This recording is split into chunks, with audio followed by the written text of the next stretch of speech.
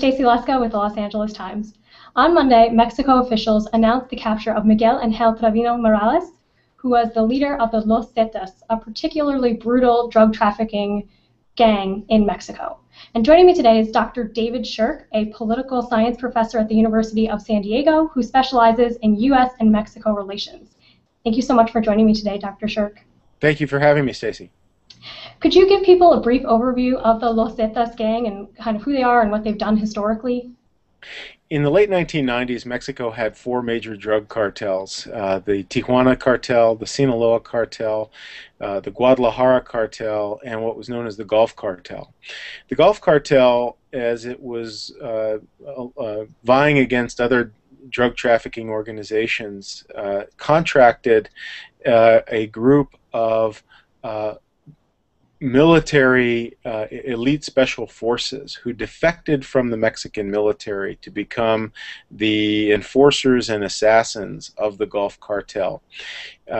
When this group defected, they took the name, the code name of the leader of that organization, and the code began with Zeta.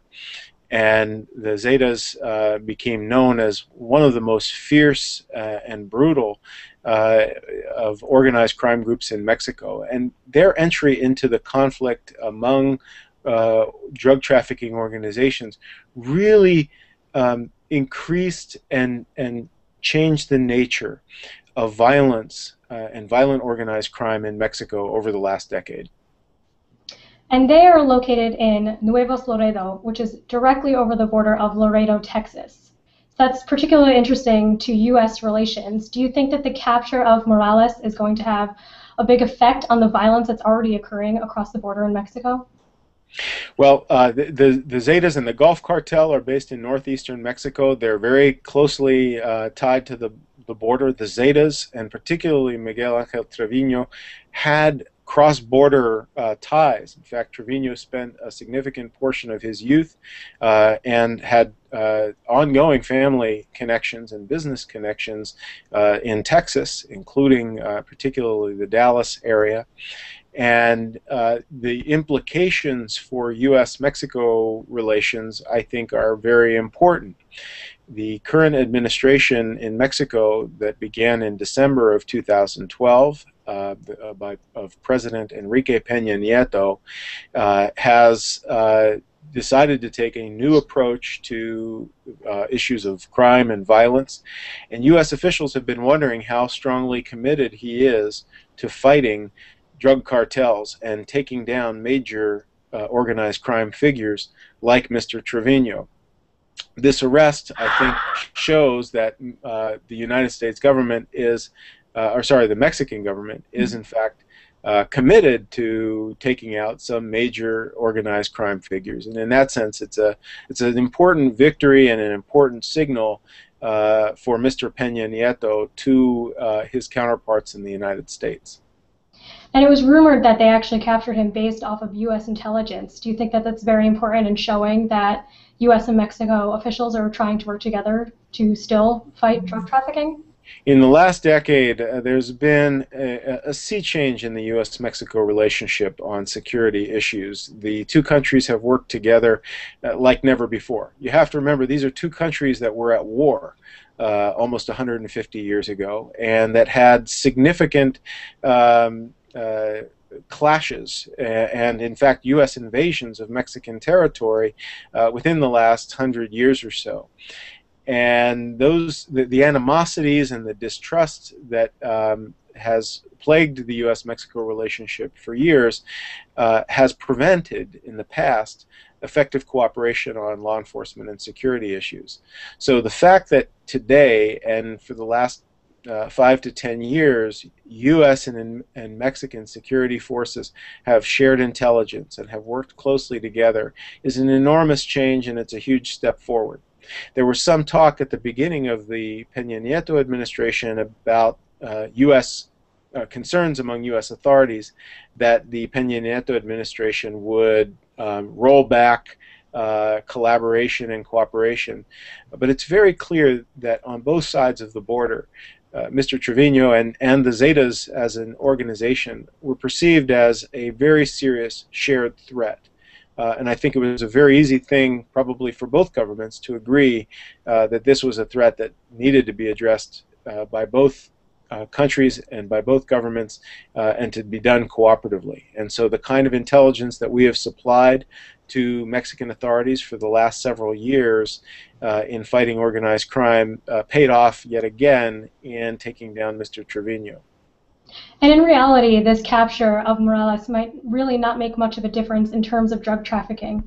The Los Zetas get about 50% of their revenue from drug trafficking to the United States, but of course there's rival gangs. Do you think that it's going to affect how drugs are trafficked into the United States, or do you think a new gang is just going to come up and kind of take their place? It's a really important point. I said that Mr. Peña Nieto, Mexico's president, is one of the big beneficiaries of this bust. It helps him to show a strong stance against organized crime and drug trafficking. Unfortunately, the other big winner with Mr. Treviño's arrest is the Sinaloa cartel and the other surviving rivals, including the Gulf cartel, which are likely to be able to get back to business as usual. There'll be a skirmish and there'll be some infighting among organized crime groups as they try to reestablish their networks and their operations. But what we can almost certainly predict is that within a few months, Mr. Treviño's rivals will be back to business as usual, and will be probably making more money than they were before, because they have cut out a major source of competition for the access to the U.S. drug market. So unfortunately, one of the things we've learned is that despite the takedown of many, many drug traffickers in many different countries over the last 2 or 3 decades, decapitation of leadership structures slows down the flow of drugs, but it doesn't stop it. Mm-hmm.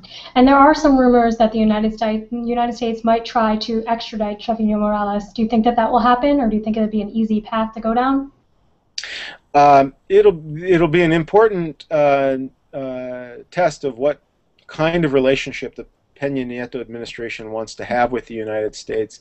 Extradition is a somewhat controversial issue, although in recent years Mexico has been very cooperative and has extradited dozens, in fact hundreds, of people to the United States on drug-related and organized crime charges.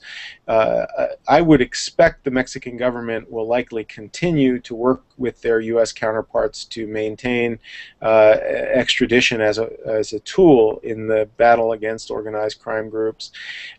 It's a way of ensuring that those individuals don't escape from prison, which is a huge problem in Mexico, and it would ensure that they can be effectively cut off in terms of any communications to their operatives back in Mexico. It's a very nice way of sort of taking players out of the game in the war on drugs.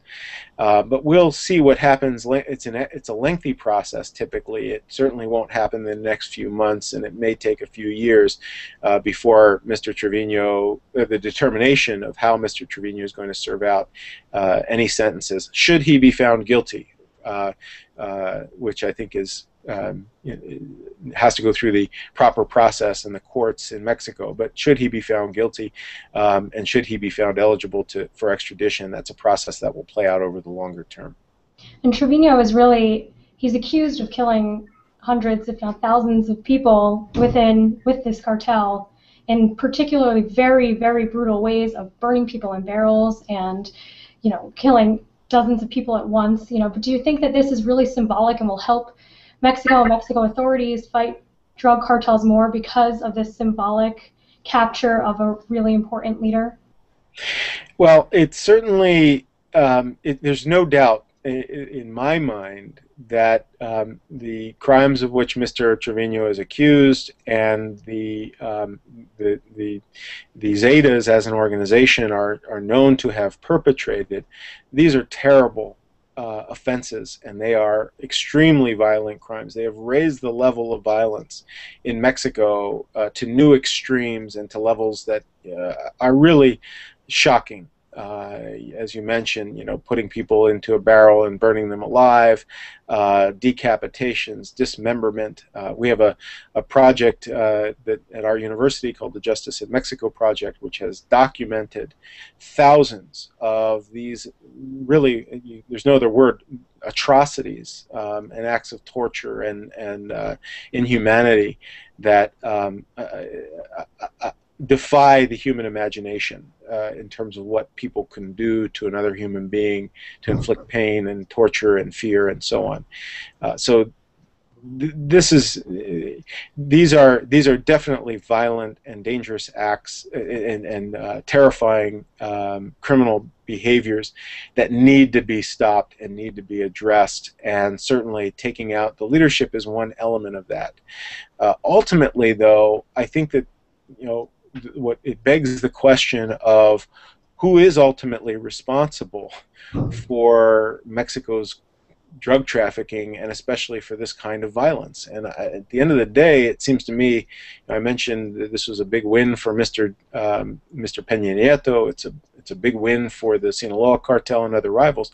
Well, the other big winner when the drug market is reconfigured and restructured is the U.S. consumer of drugs. Unfortunately, when you take out a major player like this and you reconsolidate the illicit drug trafficking market, you let the traffickers stop fighting and get back to business as usual. And in my view, that means that for U.S. consumers of cocaine, marijuana, heroin, methamphetamine, they will continue to have as easy access to drugs as they have for decades, if not even easier, and at lower prices, because you don't have this feuding and fighting among drug trafficking organizations. So I think, until we see some resolution to the problem of drug consumption and drug demand in the United States, there will always be another terrible and dangerous and violent individual like Mr. Treviño willing to supply drugs to that market and to do whatever he has to, whether it's corrupting Mexican officials or U.S. officials or killing his rivals or terrifying the Mexican population. There will always be another drug trafficker ready to step up and fill his shoes. And we need to figure out, in my opinion, a better way of dealing with our problems of addiction and drug abuse than to try to criminalize those substances, because all it does is create a black market that attracts this kind of monstrous behavior. Mm-hmm.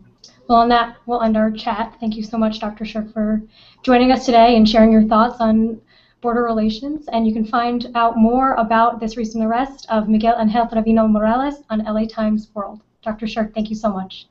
Thank you. It's been great talking to you.